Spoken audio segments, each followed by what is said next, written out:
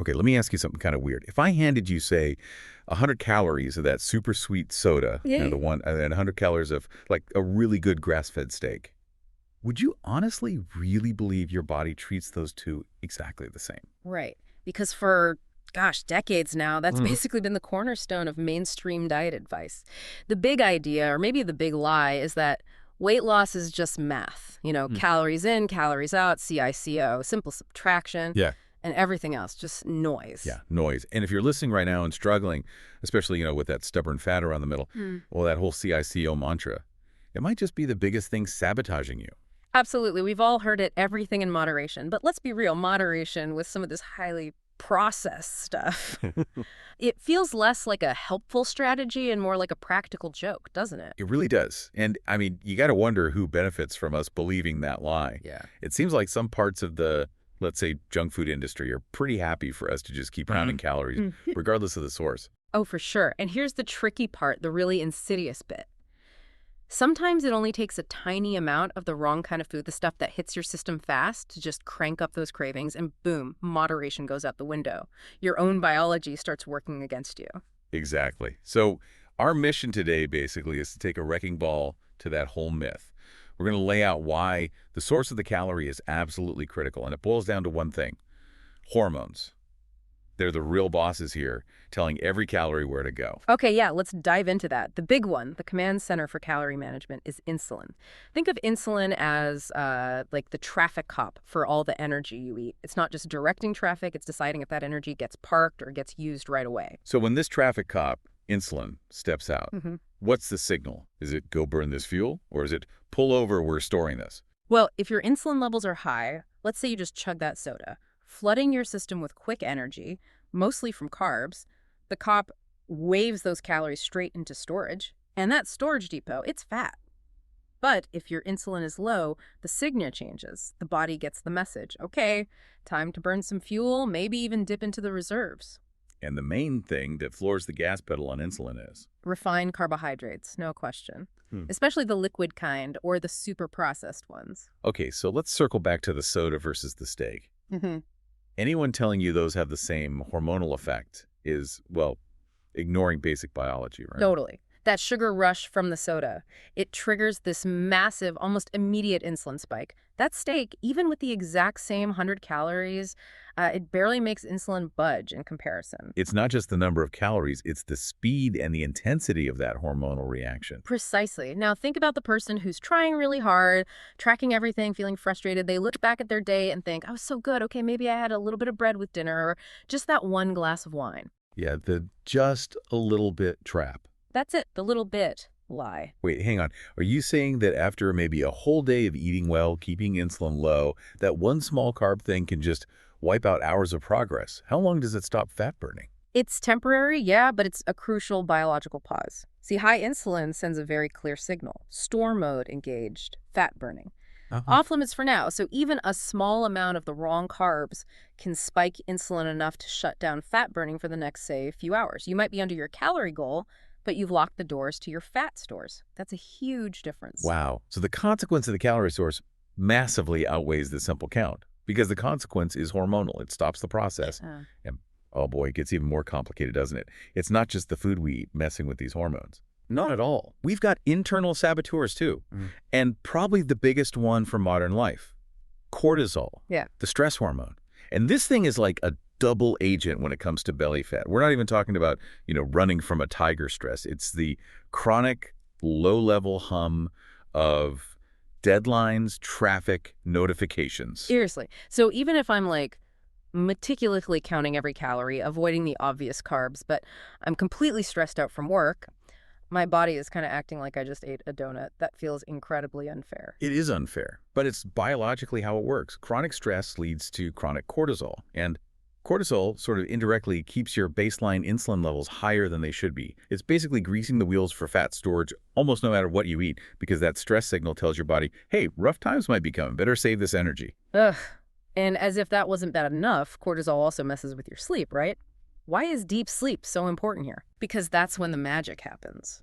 A huge chunk of your body's actual fat burning occurs during those deep restorative sleep cycles. Cortisol jacks that up. It prevents you from getting into that deep sleep consistently, so it disrupts your metabolism during the day and blocks your body's best fat-burning window at night. That is. Yeah. That paints a picture. Cortisol is basically the reason you suddenly need that cookie at 9 p.m. when you should be winding down and letting your body burn fat. Pretty much. Okay, internal stress, check. Let's go back to the food itself, something we can control more directly. You mentioned structure. Fiber comes into play here, right? Yeah. As another reason why a calorie is flawed. Right, the classic example. And it works so well. Eating a whole orange versus just drinking the juice. Calorie-wise, maybe they're similar if you measure them carefully, but what happens inside your body? Totally different story. With the juice, you've basically stripped away all the natural roadblocks, haven't you? Exactly. It's like a main line of sugar straight into your system. Huge blood sugar spike, huge insulin response follows. But the fiber in the whole orange, it acts like a speed bump. It slows down digestion, slows down the sugar release. Much smaller, gentler curve. Same initial calories, drastically different biological effect. Clearly not the same. And that ties right into the whole issue with industrial foods. The way stuff is processed completely changes how our bodies see those calories, doesn't it? Fundamentally. Even something that might be technically called a complex carbohydrate, like super refined industrial starch. If it's processed to oblivion, it basically acts like sugar in your bloodstream because you absorb the energy too fast. Speed is the enemy. Compare, like, industrial white flour products to maybe a whole steamed potato, still with its skin and structure. Ah, okay. The potato takes more work to break down. Exactly. Your body has to physically work at it. It takes time. The rule of thumb is pretty simple. The more processed a food is, the faster you absorb its calories, and the bigger and faster that insulin spike is going to be. Which totally explains why you can eat a massive bag of chips, feel kind of gross, but then be hungry again like 30 minutes later. High calories, zero satisfaction, and half of it just got flagged for storage. You got it. Unsatisfying energy that spiked your insulin. Okay, let's shift gears a bit to fats and sugars. Starting with fats. We lump them all together sometimes because they're dense in calories, but the source, it's everything, isn't it? It really is. We need to get past just looking at the energy number. Let's take two fats, identical calorie count. On one side, maybe cod liver oil, rich in omega-3s. We know omega-3s are generally anti-inflammatory, good for your brain, good for cell membranes, just generally supportive stuff. Okay, good fat. And on the other side, maybe something like, I don't know, Crisco, or those highly processed industrial seed oils. Right. Same calorie count per gram, but chemically very different, often high in omega-6s.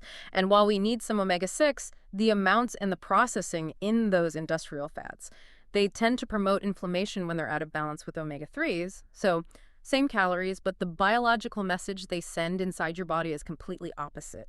One says build and repair. The other can contribute to inflame and destabilize. You can't just say fat is fat. Wow. Okay. And this loops back to feeling full and actually sticking to something, right? If you're eating calories that don't satisfy you, that lack nutrients, you're doomed. Absolutely doomed, because your body isn't just counting energy, it's hunting for nutrients, vitamins, minerals, essential fats. If it's not getting them, it stays hungry. You keep sending out the eat more signal, often as cravings. Especially cravings for quick energy, like sweets.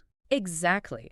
But when people switch to eating more nutrient-dense whole foods, and especially when they lower the carb intake and get insulin down, it's amazing how those constant nagging cravings just fade. They just disappear for many people.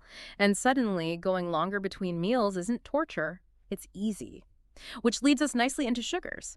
Because, surprise, surprise, not all sugars are handled the same way either. All right, give us the lowdown. Glucose versus fructose. What's the difference? Okay, glucose is kind of the universal fuel. Pretty much every cell in your body can use glucose directly for energy. Simple. Fructose, that's different. It's primarily metabolized by the liver. Your liver has to handle the bulk of the fructose you consume. Ah, so the liver is the designated processor for fructose. Is that why we hear so much about fatty liver disease linked to sugar intake? We're just overwhelming the one organ equipped to deal with it? That's a huge part of it, yes. When you flood the liver with fructose, especially from things like sugary drinks where it hits all at once, the liver gets overwhelmed. It can't process it all properly, so it starts converting that excess fructose into fat. That process is called de novo lipogenesis, basically, making new fat.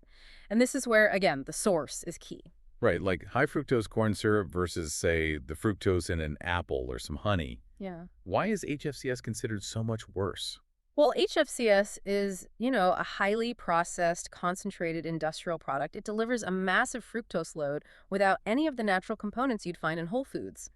Think about fruit or even honey in moderation. Yeah. They contain fructose, yes, but it comes packaged with fiber, water, vitamins, antioxidants, various phytonutrients, stuff that actually provides benefits and can buffer the impact of the sugar. Protective factors. Exactly. Protective factors that mitigate the damage. HFCS is basically naked fructose, stripped of all that natural protection. So the hit to the liver is much harder, more direct, and more likely to trigger inflammation and fat storage. Okay, so wrapping this all up, what's the takeaway for someone listening who's been struggling? I mean, maybe there's a young athlete listening who's thinking, hey, CICO works fine for me. And yeah, we have to acknowledge that.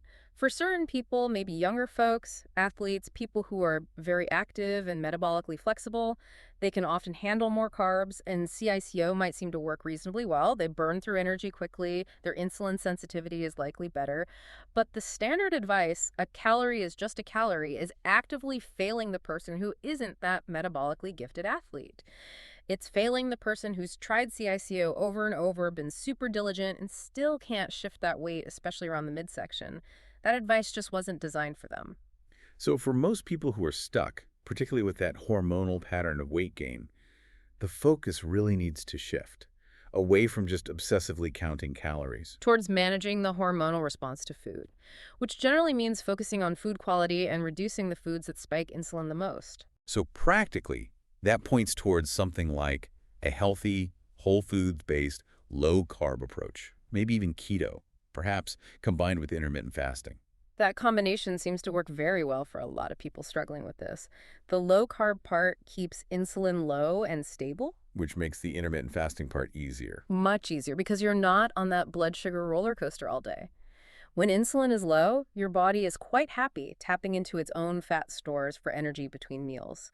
You lose the desperate hunger, the need to constantly snack. You stop fighting your own biology and start working with it. Working with your hormones, not against them. That makes so much sense.